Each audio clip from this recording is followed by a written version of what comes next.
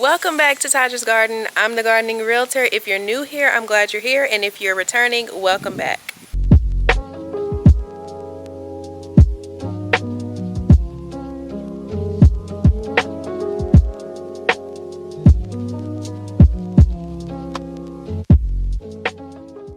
So today we are going to be harvesting our onion seeds and our pak choy seeds. I'm going to show you guys how they look and how to properly harvest them. And we're also going to touch on when is the perfect time to harvest them.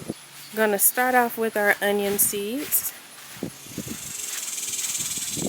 Normally I would wait until they get a little bit drier, but I checked them the other day and I noticed that they are ready. So you can absolutely wait until all of these get brown and crispy like this.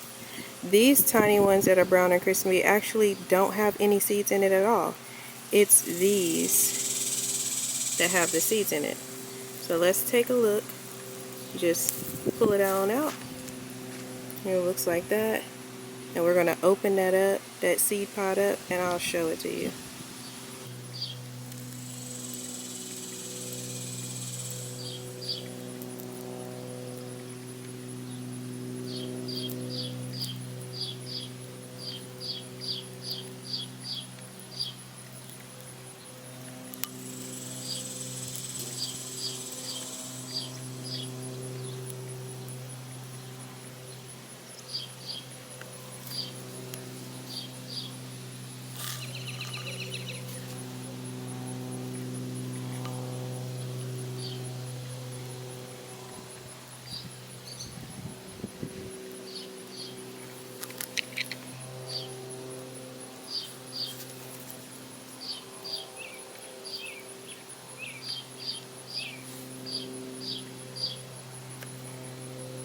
Alright, so we have 4 seeds out of this one.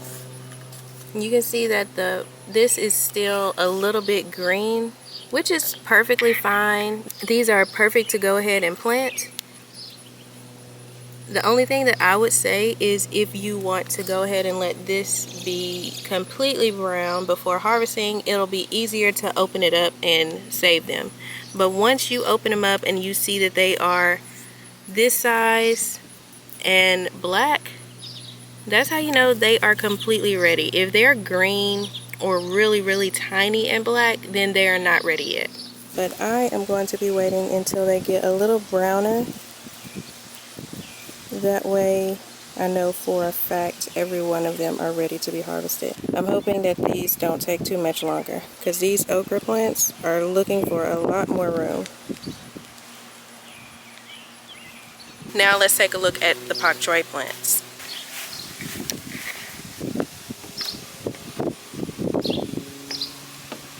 Alright, so here is my pak choy plant, and it's become so heavy that it's fallen over, which is completely fine. Look at all of these brown dry seed pods. There's a little bit of green there, which is completely fine. I'm gonna take that off, crack it open, and show you how it looks. Look at all those seeds. And I'm going to put this in a Ziploc bag and save them. I'm back with a Ziploc bag. I'm going to go ahead and pick off all the dry ones and put them in here, shake all the seeds off, and then I will put them in their own seed container.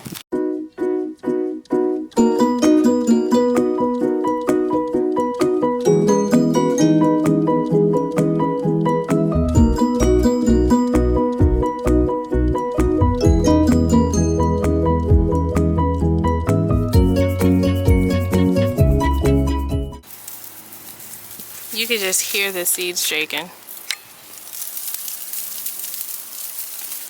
Crack it open. Shake. And we still have a whole lot more to go.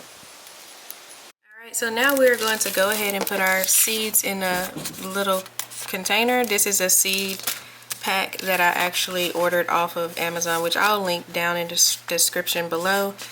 You don't actually have to do this. Another thing I normally do is before I got this, what I would do is get some envelopes and cut it right here and just tape the side that was cut, and then it was your own little envelope. But I decided to go ahead and do this year so that I can just have them properly labeled in a cute little pack. But again, it's not necessary. It's totally up to you. It's your preference. The seed type is Pak Choy. So you can put seed type right here, and if you know the variety, put that right here. The date collected, any notes that you can think of that will be helpful for whenever you're getting ready to plant this. If you want to put what you planted this next to, or if you had any issues last time, what to look after. If they don't need much water once it's closer to time to harvest, put that there. If you think that they need a lot of water, or whatever the case may be, anything that is helpful, go ahead and put that there in a note so you can know. This line right here says seeds from the garden of. If it's not from your garden and you would like to put that there, you could go ahead and put that there as well. Alright, so what we're going to do is I went through the bag, cracked every one of them open, and shook it really good. Get any type of paper. I'm just using an envelope because that was closest to me. I'm going to use an envelope and pour everything in here.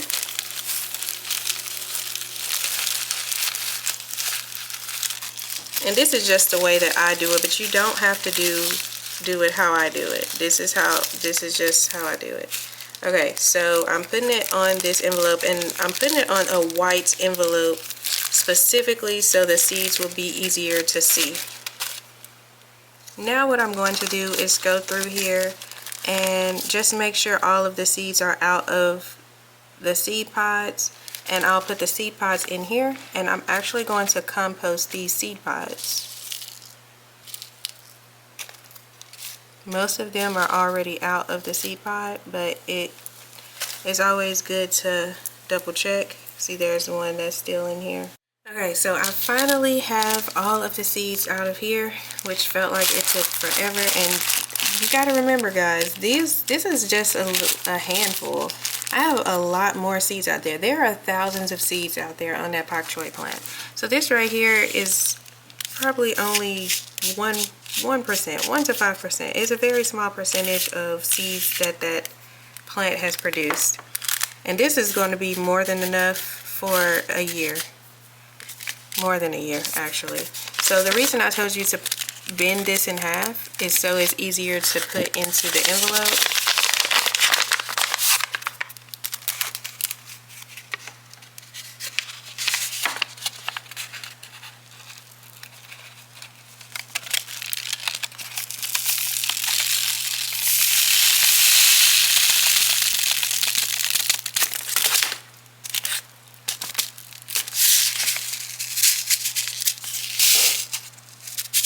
Once you have that in there, you can use one of those little moisture packets that you find in those shoe boxes. That would be great.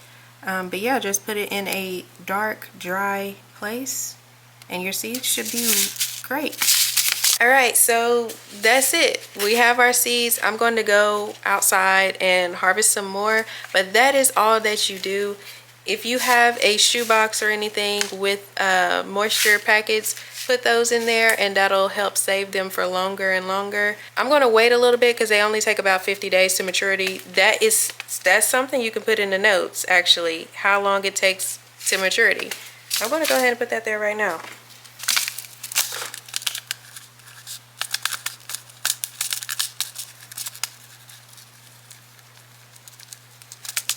It also comes with this little sticker right here where you can just take it off and stick it closed. I'm not going to do it yet because I have more seeds to harvest, but there you go. I'm going to be planting this during the second week of August, and that should give the Pak Choy time to grow. It's still very hot here in September, so I'm hoping that my Pak Choy doesn't bolt. If I need to, I will just cover them. The weather has been a lot different this year, so I will be planting them outside. I'm not going to start them indoors. If you would like to, go ahead. I'm not starting them indoors because I've noticed that I didn't really have good luck growing them when I started them indoors. So I'm starting them in seed trays, but I'm starting them outdoors in the sunlight. And then I'll be starting the rest of my brassica plants indoors and then moving them out once they get a little bit bigger. But it is very, very important to pay attention to your weather. Make sure that you are aware if it's going to be really, really hot, because a lot of brassica plants don't really like to be in above 80, 90 degrees. They definitely don't. If your temperatures are normally really, really high during that time, look for some heat tolerant varieties. If you are curious of looking for different types of Pak Choy or Bok Choy varieties, look for those, see what does good in your climate. I am definitely going to be planting these though in about another month. So I showed you guys how the onion seed pods look. I showed you how to open them. I showed you how the Pak Choy seed pods look, and it's best to wait until they turn brown. That's how you know the seeds are viable. If they are still green, most of the time those seeds inside will still be green and they are not viable at all.